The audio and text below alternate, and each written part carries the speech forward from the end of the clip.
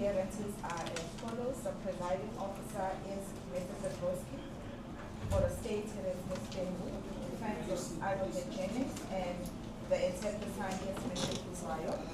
And this matter is on the roll today for Section 174 application that was brought by the defense. It is for judgment on that application.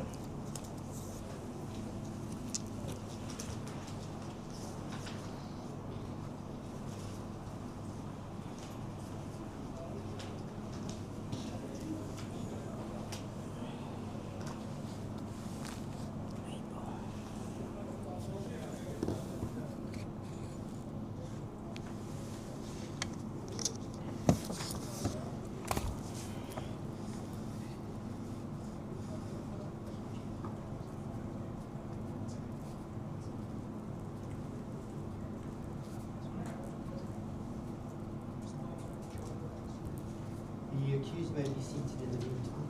Marshal Abans.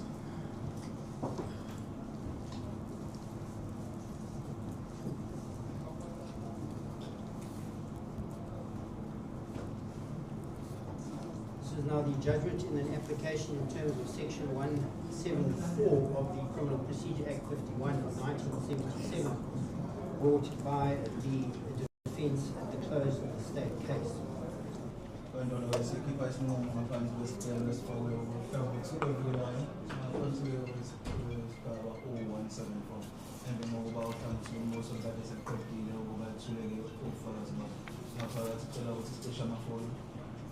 Please make sure all cell phones are switched off or on silent.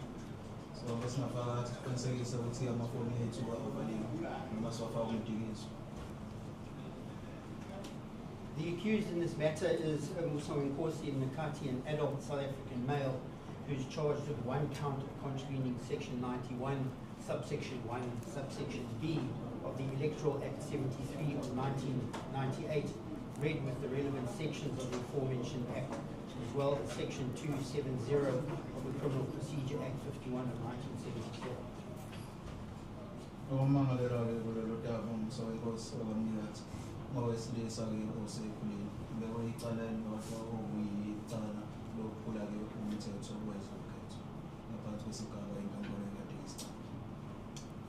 The accused is represented by Advocate A. Jennings on the instructions of Motosonenge Bull attorneys in the state by Ms. Bengu. Advocate Jennings.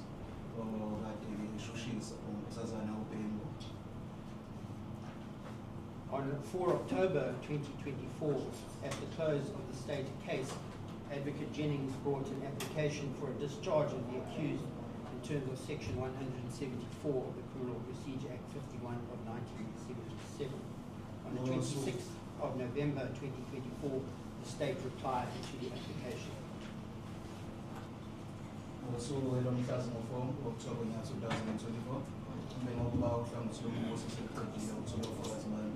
We made them advocate to Jennings or the SFIS telling the council to some church for 174.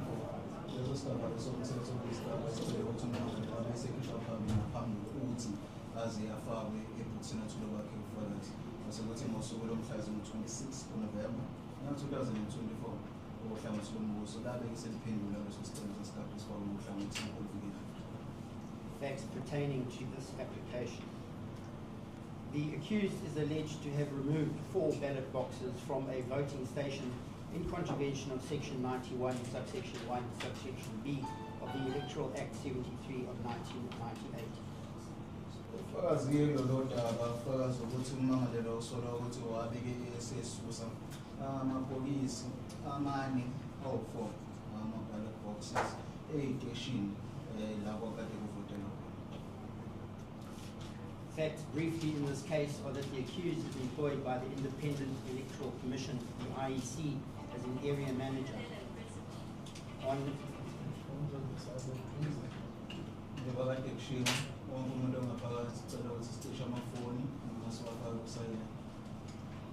On 29 May 2024, the accused was stopped by Msawenkosi party members MK at the outer gate of the polling station, a community hall located in Unit 13 in Bali. According to the evidence before the court, the accused had 4 sealed ballot boxes in the motor vehicle he was driving. Umangalelwa-ke kuthiwa-ke uqashwe osebenzela u-IEC. Kuthiwa ngofakazi owabe sekuthulwa enkantolo ngosuku lomhla zingo-29 kuMeyi ngonyaka 2024, umangalelwa wabe esemiswa amalunga eqembu omkhonto wesizwe la ekade esebenzela khona-ke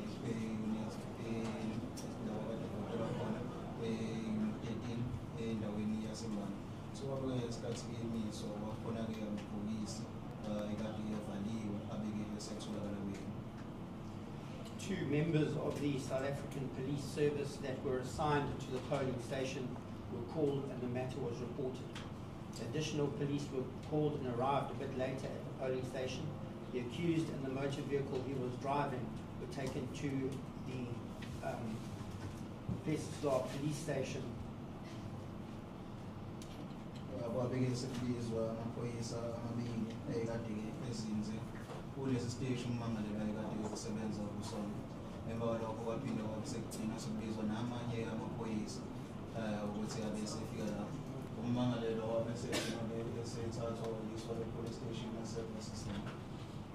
The 4 ballot boxes were entered into the SAP 13 register and placed in the SAP 13 exhibit room for safekeeping by the investigating officer. Amabhokisi-ke ama-ballot box abeke esethathwa agcinwa-ke i-police station afakwa nasegwemini egcina-ke amabhuku ofakazi e-SAP 13. According to the evidence of the investigating officer, the ballot boxes were then removed from the SAP 13 register and handed over to members of the IEC who arrived at the police station later that same night. The accused was not formally arrested that night and appeared in court by way of summons. Ngokusho-ke komseshi wecala, amabhokisi lawo agcina-ke esekhishwa ebhukwini ubufakazi e-SAP 13 abeke esenikezwa abakwa-IEC ngabo lobo busuku lonke. Ummangalelwa akazange-ke abeke eseboshwa ngokusemthethweni ngalolu suku lonke. Wagcina esevela phambi kwenkantolo ngamasamanisi. The application in terms of Section 174 of Act 51 of 1977. At the close of the state case, Mr. Jennings brought the application for the discharge of the accused. Benoba-ke uhlangothi lombuso seliqedile ukuthula ubufakazi bami. Ummeli kammangalelwa uMnumzane Jennings wabe esefaka-ke isicelo sokuthi abike isekhishwa phambili ngaphansi kwesigabazo somthetho o-174. Mr. Jennings submitted in his application that the state had failed to prove its case in the following ways.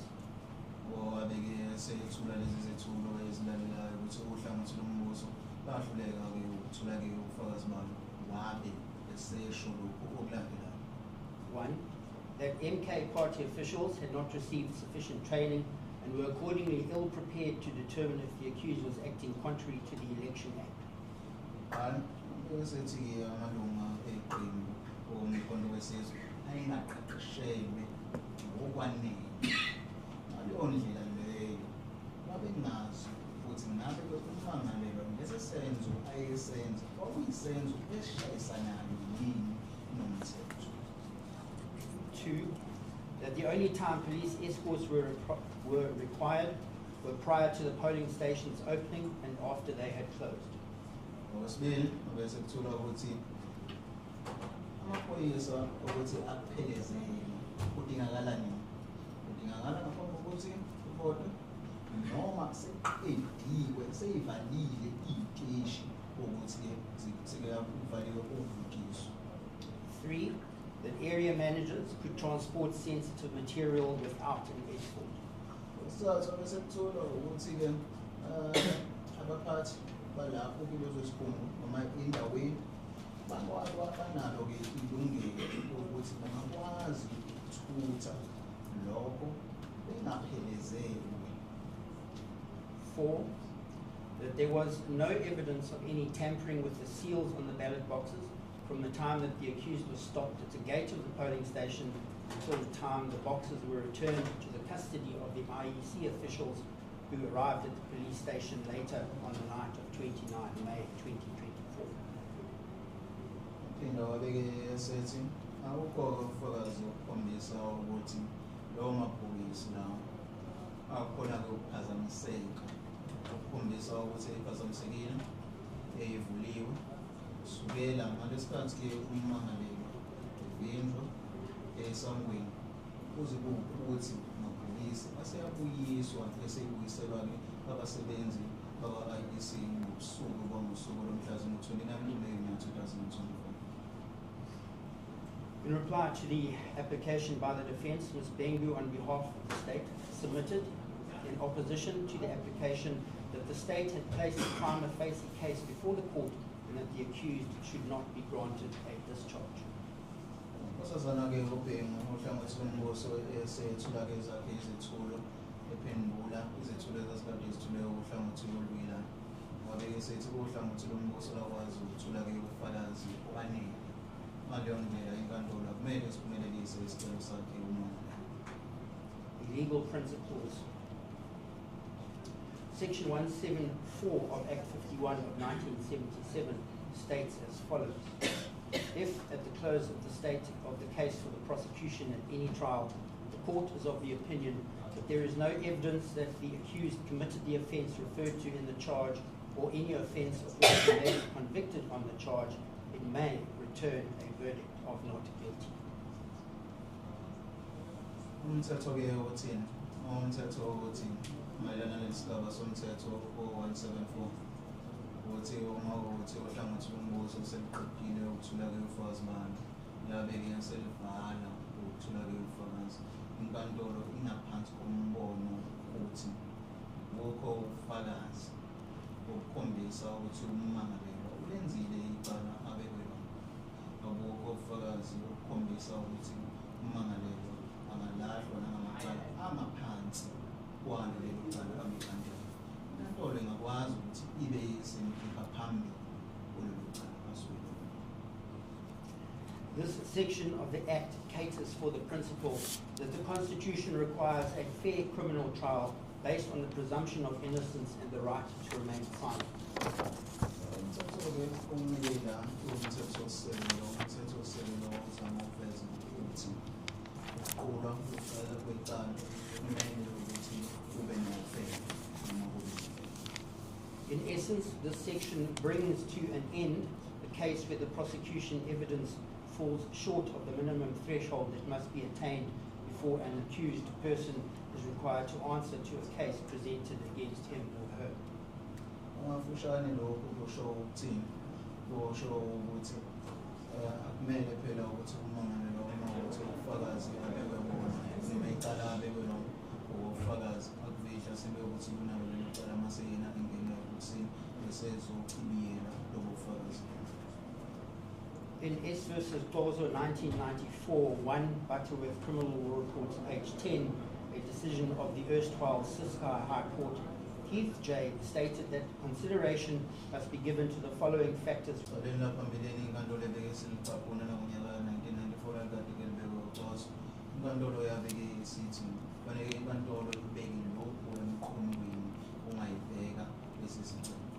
One, the innocent must not be convicted.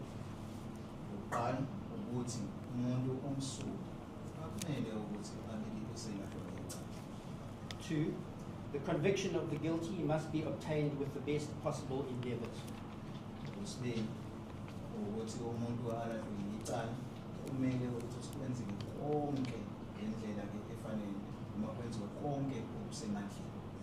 Three, that the right to silence must be given effect to as far as possible.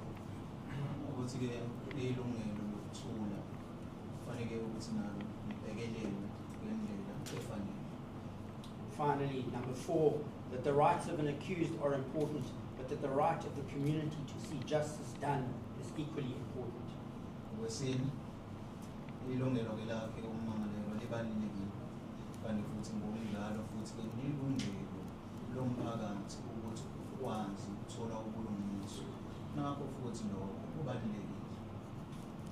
It is trite that in deciding whether or not to discharge an accused at the close of the state case, there is no specific formula that a court must follow to arrive at a decision.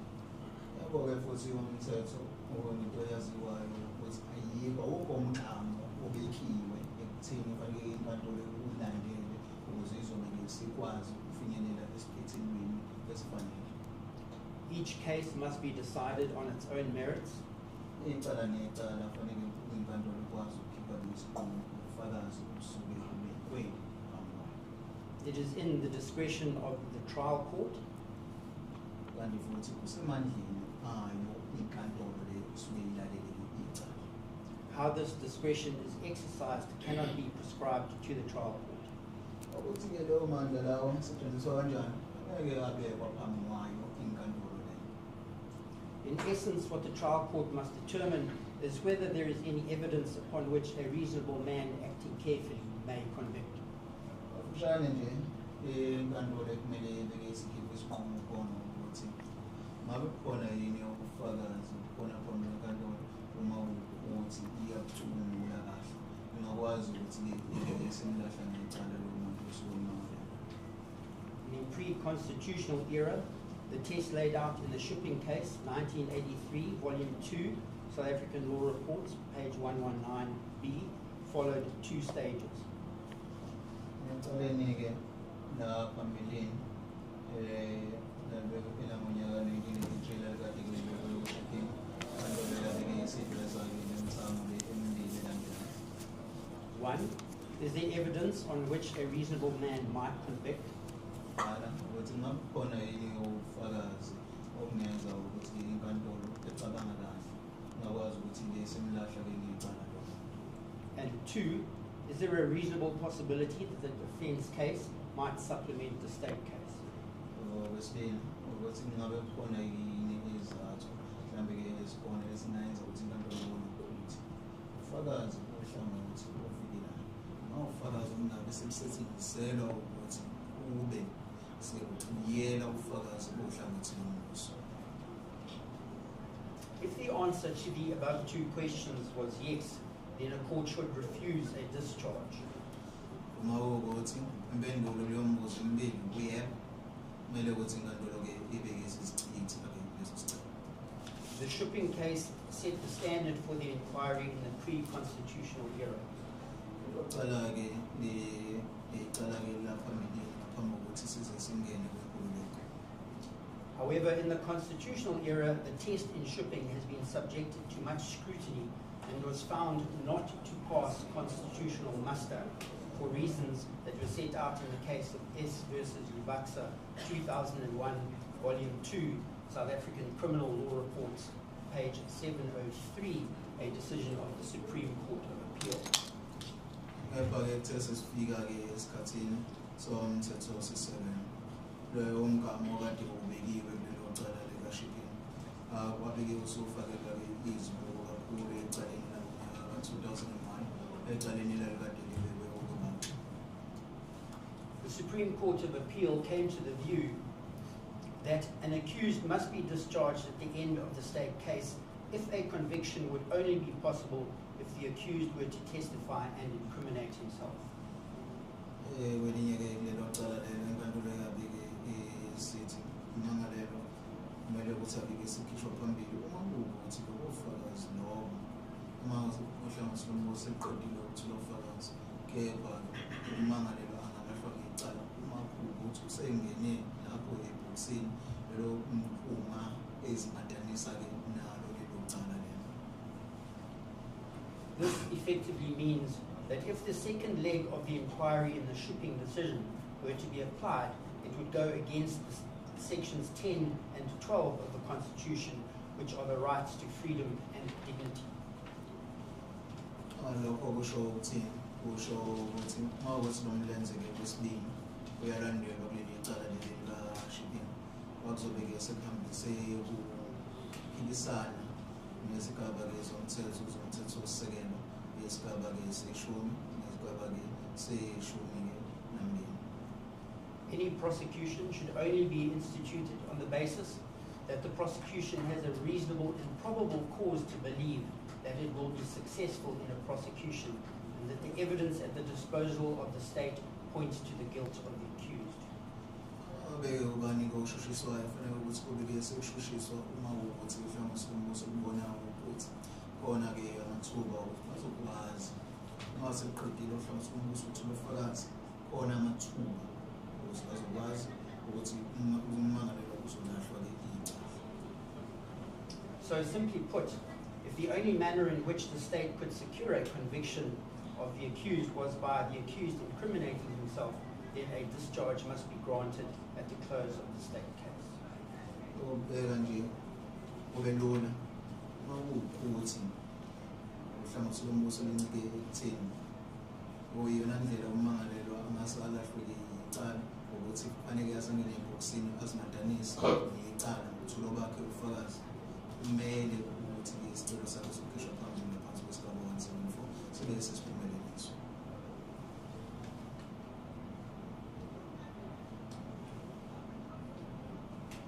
Evaluation. It is clear from the decided cases, specifically the Rubaxa case, that where there is no prima facie case and the prosecution has failed to present evidence upon which a reasonable man acting carefully may convict, a court must return a verdict of not guilty and discharge the accused. Kandulo-ke masihlaziya-ke ubufakazi ucacile umabhekwa icala leli likaluba ukuthi uma kuwukuthi mhlawumbe silombuso ekuqedile-ke ukuthola-ke ubufakazi inkantolo uma isihlaziya-ke ubufakazi lobo ikwazi ukubona ukuthi kunobufakazi obaningi kumele ukuthi ummangalelwa-ke esekhishwa phambili. Further, a court cannot place an accused on his defense in the hope that the accused incriminates himself and supplement the state case, which would ultimately lead to a conviction of the accused. Ngaphezu kwalokho-ke inkantolo angeke yabeke isifaka ummangalelwa ebhokisini.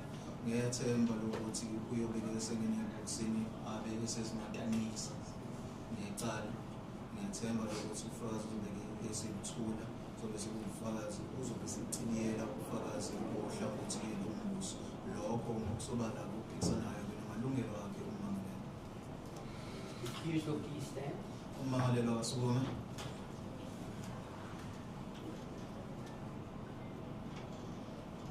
In the view of this court, the state has provided sufficient evidence that constitutes a prima facie case. In these circumstances, the application for a discharge is refused. Ukubona kwenkantolo uhlangothi lombuso lukwazile ukuthi lithule-ke ubufakazi obanele ukuthi ummangalelwa kufanele azophendula kubona. Ngaleyo ndlela inkantolo-ke iyasichitha isicelo sikammangalelwa sokuthi akhishwe phambili ngaphansi kwesigaba 174. I support this. Mr. Jennings, Yes, Your Worship. what is your intention in respect to this matter? Your Worship, I'm a preacher of instruction. I have to obtain certain instructions, but I suggest we put down a date in the diary and I'll be able to confirm with the client when we get instructions. Okay. Ms. Bingley, is that suitable to the state? Yes, Your Worship, that's suitable for the state. Okay, what date do you have in mind? Is the 21st suit you, Mr. Jennings? Of this month, Yes. Your Worship, I will be here on the 21st, is fine, but on the 22nd until the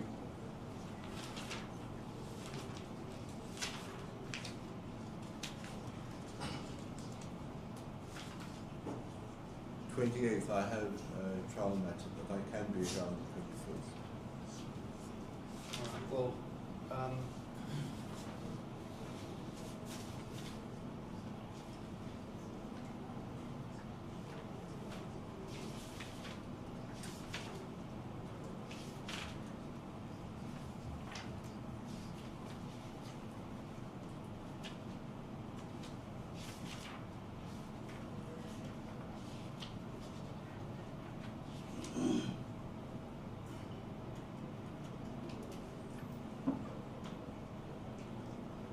so your instructions, in terms of the pre-trial conference, your instructions will also cover the witnesses you intend calling. and the That is number of correct. witnesses. I have to just obtain instructions. Well, in that case, then can we put it down for the 22nd in order for you to, Your worship, I mean the 21st, I beg your pardon. 21st will be fine. Yeah, for you to obtain instructions and then inform the court as to how you're going to proceed with the defense case. That's important. That's important to the state. Dates will be suitable to the states as well, Your Worship. Thank you, Mr. Mnikathi. Your matter is now adjourned to the 21st of January 2025 for your counsel to take instructions in respect of this matter. You are on warning, warned to attend court, 8:30 in the morning, F court. Qhubeka-ke ngaphandle nge-sailpoints njengoba lapho efekiseleke ngosuku lomhla zino-21 January kunabe nyaka lo ngo-2025 kwenziwa-ke ngendlela ukuthi ubuye ukuze kuyona inkantolo ngafasiteli ekuseni hleliselwe ukuthi ukwazi ukuthi ube usuxoxisana nommeli wakho mayelana nalokho udaba mhla zino-21 January kunabe nyaka lo ngafasiteli ekuseni and kuzoba nabahlanganisi. Court adjourns, reconvene at 10 a.m. All rise.